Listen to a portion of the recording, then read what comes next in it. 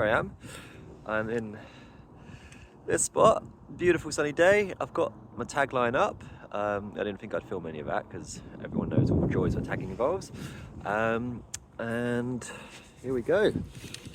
Basically what I've rigged to temporary anchors on both sides is a continuous loop of tagline that goes all the way there and back again, and I can basically just pull one way or the other, and this little setup here is just tensioning it and taking all the slack out.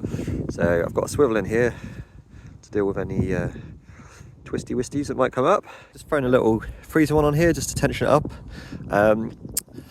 Nothing hard about that. Issue being, because it is a continuous loop, if I pull on the 3-to-1, obviously what happens is everything just slides. So the way I'm going to fix that, easy peasy, is easy to do with two hands when you're not trying to film.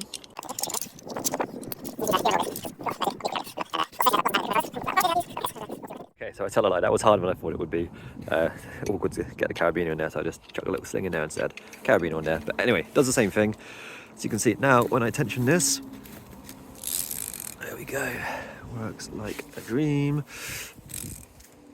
I'm just gonna have to reset that, but it stops everything sliding away. When I run out of throw, I just grab this, slide it all forward, everything runs through the hand sender, and repeat.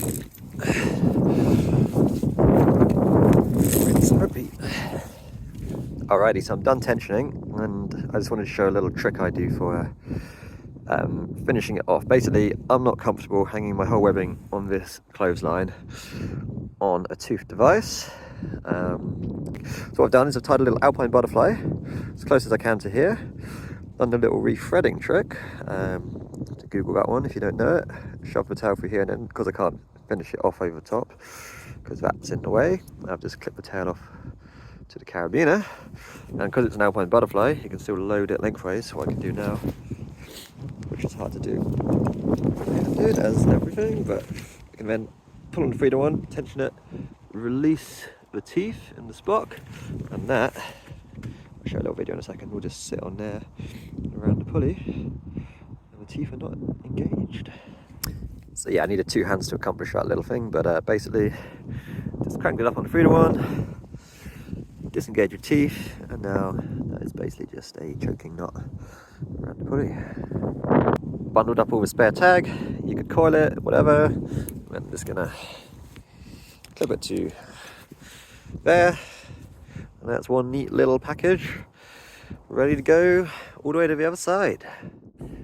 Alrighty, I'm ready to start sending webbing. Got it all here. Got some Silk 99 and Spider Silk Mark 5. So I have got nice light webbing on my side because the gap is not very high. I've got the sewn loop clipped off to the end there. That's because it's going to reach the other side, so that one I can just unclip from the other anchor once the webbing's across. All the other connections I will do, there will be kind of sliding around the webbing. I'll show you what I mean when I get to the first split.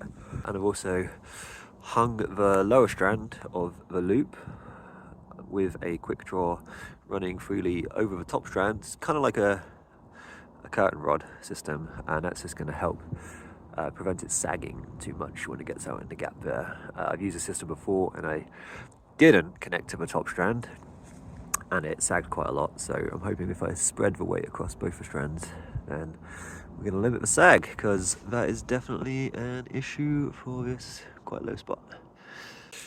Here we go. Let's start sending some webbing out. Easy peasy. Alright, the webbing's a little way out there.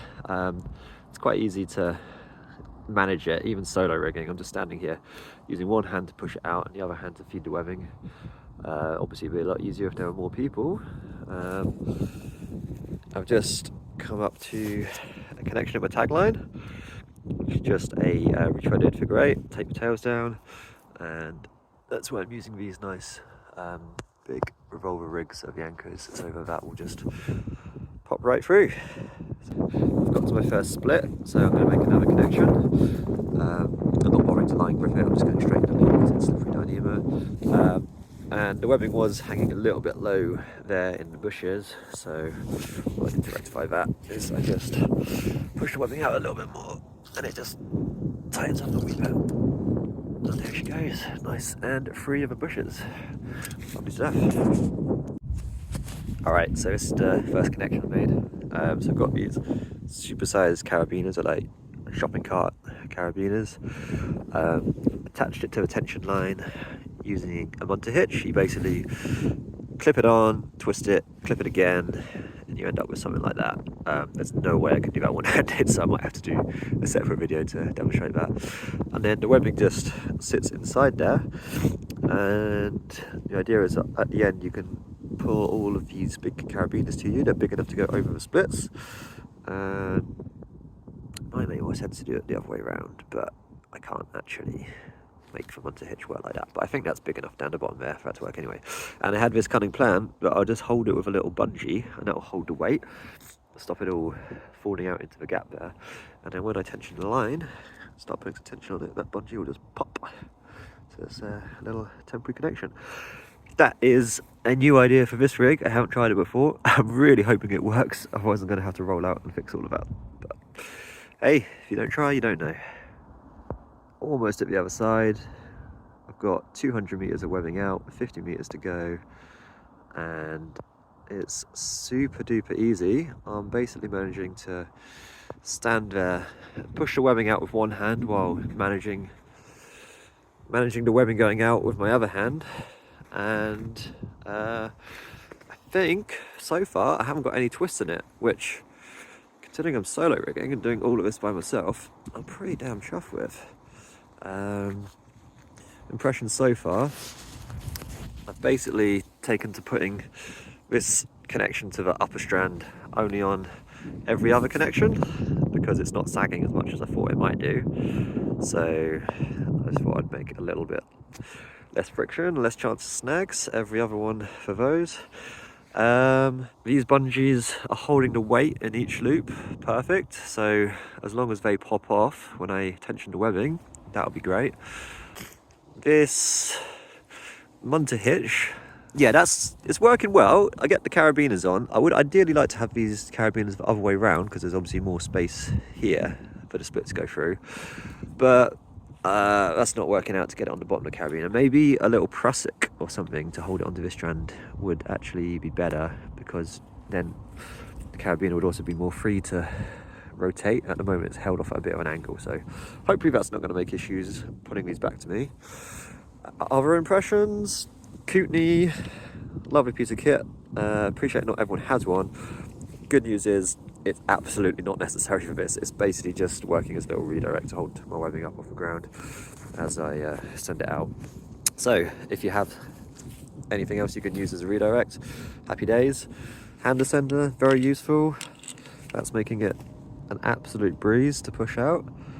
And these DMM revolvers are working absolute sweet as well. It's reasonable size pulley on there, and every now and then I feel as a connection comes up to the far end, I can feel it go through, but they're going through fine. Maybe a Petzl roll clip would work as well. They're a little bit less expensive than these, so I like that these have got the Beckett on them. That's quite handy for certain things, but probably a roll clip on each end would do the job as well. And obviously there's no need for any progress capture because I'm just stood here and nothing is moving. Now that is a sight I'm happy to see. Just made it to the other anchor. Webbing is almost there. I'm just going to head up there and finish off the last little bit. There's my rappel rope from earlier, which is going to turn into a backup. There were a few little twists in the infinity loop. I put a swivel in there, so they were easy to remove. I just spun them out. I was kind of hoping that they'd pop out by themselves, but they didn't, but that wasn't a problem. The friction was super easy anyway, and if I wasn't solo rigging, then anybody at this anchor could just unspin those as we go. So yeah, I'm just gonna pop my hand ascender back on the loop and pull that webbing in, plug it into my anchor once I've set that up, and that'll be it. All right, static side is connected.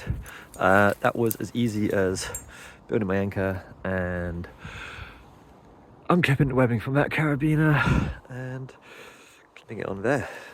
There was no weight to it whatsoever because it's all held by the infinity loop. Next job, go back to the other side, tension the webbing, all the rubber bands should pop, fingers crossed, and then pull all the infinity loop carabiners back to me. It's walking back under the lines, having a look at how it's all shaping up. It's all looking good. There's a connection without one of the sort of clothesline connections to the top. Going. There's the next one that has got a clothesline connection to the top. I basically just did every other one.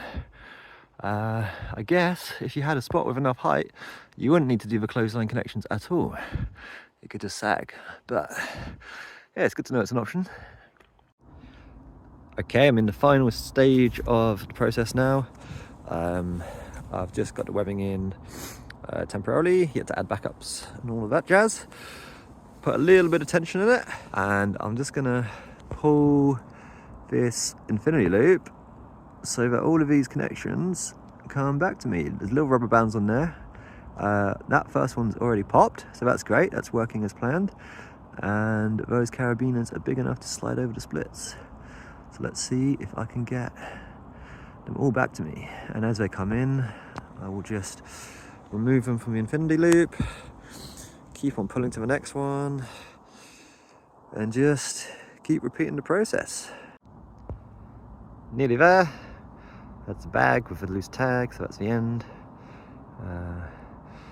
And here is the last of the connections. Obviously that one I already removed at the other side because it was at the far anchor, and that's how they look when they get back here. So yeah, basically just unclip it, remove it from the line, carry on. Something I have learned, which is pretty obvious I guess, but it helps to have your infinity anchors pretty much in line with your actual highline anchors, because then when you get to this stage the two lines aren't pulling each other apart.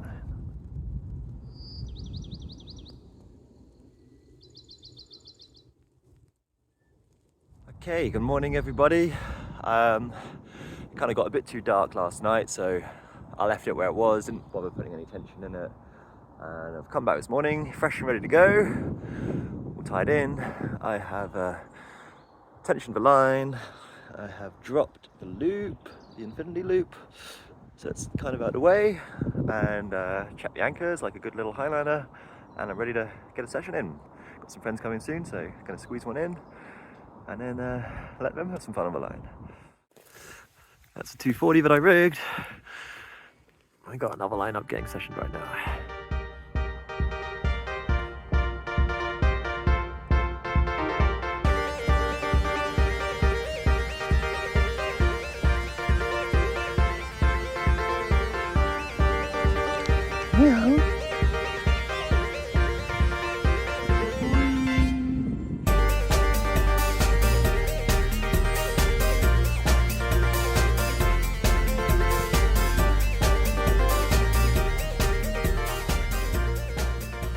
Yes, Ali, nice.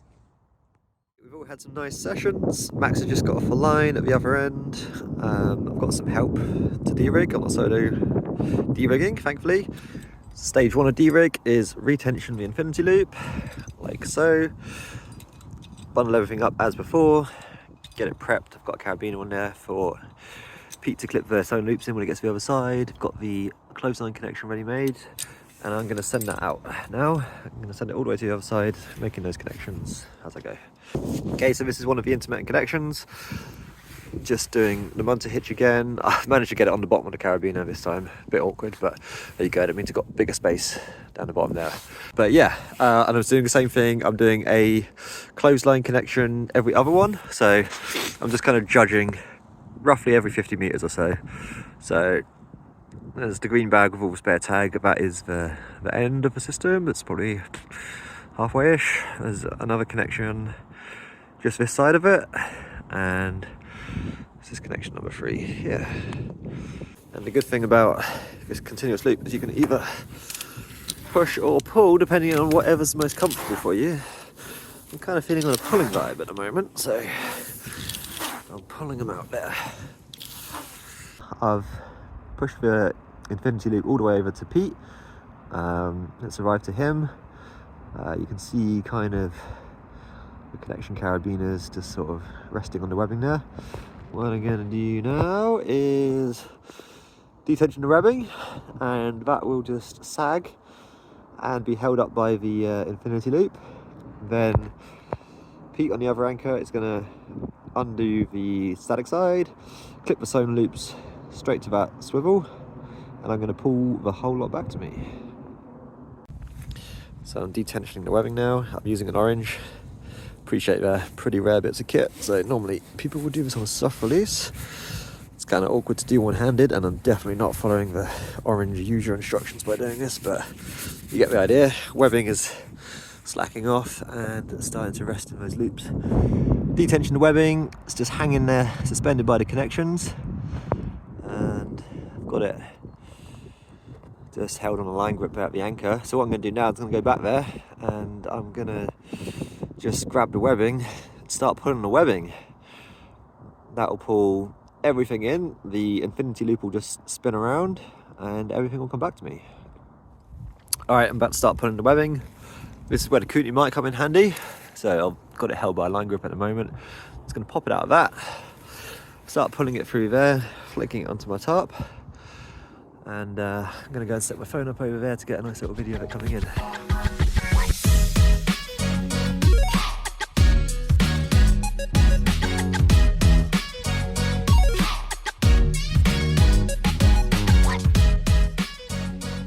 We did it! All the webbing safely back at the anchor. That would have been easy with more people, but honestly, just by myself it was manageable. So this is what the finished product looks like. That's come back to me. Webbing's flaked, ready to get put away. Good news for people who don't own a Kootenai, which is most people. I ended up not using it in the end. I just binned it off to the side. I just stood here and just pulled the webbing straight in here. At some point, pulling the Vectran by hand was alright. Pulling the Spider Silk, pulling the Dyneema by hand, as everybody who's tried to do so knows, it's pretty horrible. So what I actually ended up doing, I ended up sticking my hand ascender back on here, pulling on the infinity loop instead with a nice grip on an ascender instead of sharp slippery Dyneema. That worked really good. So I'd pull that in a little bit, and then the webbing would sort of slack off. You probably saw it in the time lapse. So it would slack off. Once it got slack a little bit, I'd just pull a load in, flake it here, pull a little bit more on the hand ascender, pull it in here. So that worked really, really well. If I had more people here pulling, then obviously you could have one person just on here, just pulling everything in, and other people flaking, bagging, doing all of that jazz. So the last job to do is drop the infinity loop and pull the tag back. It's come back with a cinching knot like that. So I've just re-engaged the teeth, pop the 3-to-1 back in place, give it a wee little tug. Teeth are holding it now, and I can undo that knot by removing that, unclipping the bite from there, pulling it out of the refitted butterfly, and I'll give it another little tweak with a 3-to-1 to teeth and drop the tension out system. And after that, it's all pretty explanatory, just pulling and bagging tag, and I don't think anyone wants to see that, so this is me signing out. Thanks for watching this far. So I just made it back home. I've got this little mock-up in my garden, just talk through some of the finer points of the rig and things that I've learned. Obviously the big advantage of the system is that no one has to go out on the line to do connections for rig or de-rig. Everything can be done remotely here from the anchor, which is great. Another thing that's occurred to me, which is good about this system, is if you're de-rigging in high winds and you're using a regular fixed curtain rod. So imagine this isn't moving, that's just fixed. If you get an updraft in the wind and it flips your webbing over the top of a curtain rod, you're then dragging that all the way along that back to your anchor, which is obviously really bad news for the webbing. Good news about having a moving curtain rod like this is that if the webbing does get flipped over this lower strand, it's all moving back together to the anchor. So if your webbing's lying over here, there's no dramas. Obviously this top strand is moving the other direction, but if the strands were separated enough like this, so if you had enough height and you weren't making those sort of clothesline connections that I was doing on my rig because I was worried about this sagging too much, if that wasn't a concern because you're highlining and not midlining, then this can just hang all the way down here and it's miles away from the top strand, and that is groovy. Less chance of damaging your webbing, which is always good. On that note, it's probably worth talking about extenders. If you did have to clothesline to the top strand because you're worried about a sag, you can use longer extenders. I was just using regular climbing quick draws like this. But normally we do use quite long extenders to create some separation between the webbing and the clothesline. So just use longer extenders. Plus another really great advantage about the Infinity Loop is that say you've rigged a really big line and you need some sort of visibility line to warn aircraft, you've already got a ready-made system to do it. You just move this off to the side a little bit, hang your flags, your lights, whatever you need on here, and just roll them out in the gap. And you can do that while the first person starts sessioning, so you're not wasting any time. Roll them out, when you're done, roll them all back in again, and the system is ready to use for D-Rig. Just experimenting around with the tensioning system, and I realised an easier way to set it up might actually be to set it up the other way around. So when you pull it, instead of sliding away from the anchor, it slides towards the anchor, and then when you tension, it just jams up there, and you can just tension with your 3-to-1 normally. And interestingly, this would be a way to adjust the tension at the other side as well. So say you'd started over there and you'd send it over here, and then the person at this anchor needed to adjust or drop the tension in the Infinity Loop. This is how they could do it. So there's obviously lots of different ways that you could tension your loop. This is another one I'm playing around with. I've pre-tensioned through a Blake's hitch here, tied a stopper knot behind the Blake's hitch to prevent it from slipping, and that also provides a nice little clipping point. You can hang your spare tag bag up on there, and then all the tensioning is done here through a gree-gree. You can put your 3-to-1 there to tighten it up, and you can loosen it off. You've got full control of the tension here at the anchor, and that's pretty handy so that you can get your loop to sort of match the tension of the webbing when you're sliding those carabiners out and back again. Kind of just stops the two lines from fighting against each other. So yeah, it's another way of doing it. These are the ones I used this time round. These are the ones I've used previously. I swapped over to these because I thought that they've got a lot more space down the bottom here, which would work great if I could manage to get them on this way round. I had to do them this way round, which is annoying, so I was using this small space at the bottom anyway. I did eventually manage to get them on this way round, but it was a lot of faff. I would remove this black rubber off it. I just haven't got around to that yet. It's not achieving anything, it's just getting in the way. But honestly, these are the ones I used before. I might go back to using these, to be honest. They're a bit smaller, but still plenty of space there to go over a split. And I've got this little bit of foam padding here, which I can slide around and position over there, turning it into a sort of locker, and it kind of just protects these like sharp bits on the carabiner as well. So obviously these are moving over your webbing, so you don't want any risk of damage, so that's quite nice. So after a little bit of thought, this is what I've decided on for my final carabiner setup. The system worked great, but the carabiner setup did need a little bit of tweaking.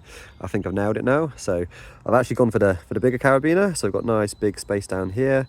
I've taken the black rubber off it. I've taken those little bits of padding from my other carabiners and put them on here to cover up any sharp bits, so you've got a nice big space and all nice and smooth and webbing friendly. And I've attached it to the infinity loop using a little prusik hitch made out of paracord there, and that's just joined with a sort of cinching double fisherman's, and that's not taking the weight of the webbing because the carabiner is clipped over the strand here, so the weight is sitting on there. That is just serving to stop the carabiner sliding one way or the other, holding it in position. I prefer that to the Munter hitch because it also means this carabiner is more free and easy to rotate, so if there were any snags it can sort of rotate over there. So I'm pretty happy with that, and if you did decide that you wanted to curtain rod it to the upper strand, then it's easy enough to do, like so, and there you go. Beautiful. So in case you do prefer the Munter system to connect, I promised I'd show you how to do it. So you clip carabiner, flip it, then you have to give it a full twist like that, all the way around, and then clip it to itself, like so. So that's it. Thanks for watching. I'm excited to use this system again in the future, and I really look forward to hearing everyone's thoughts on it.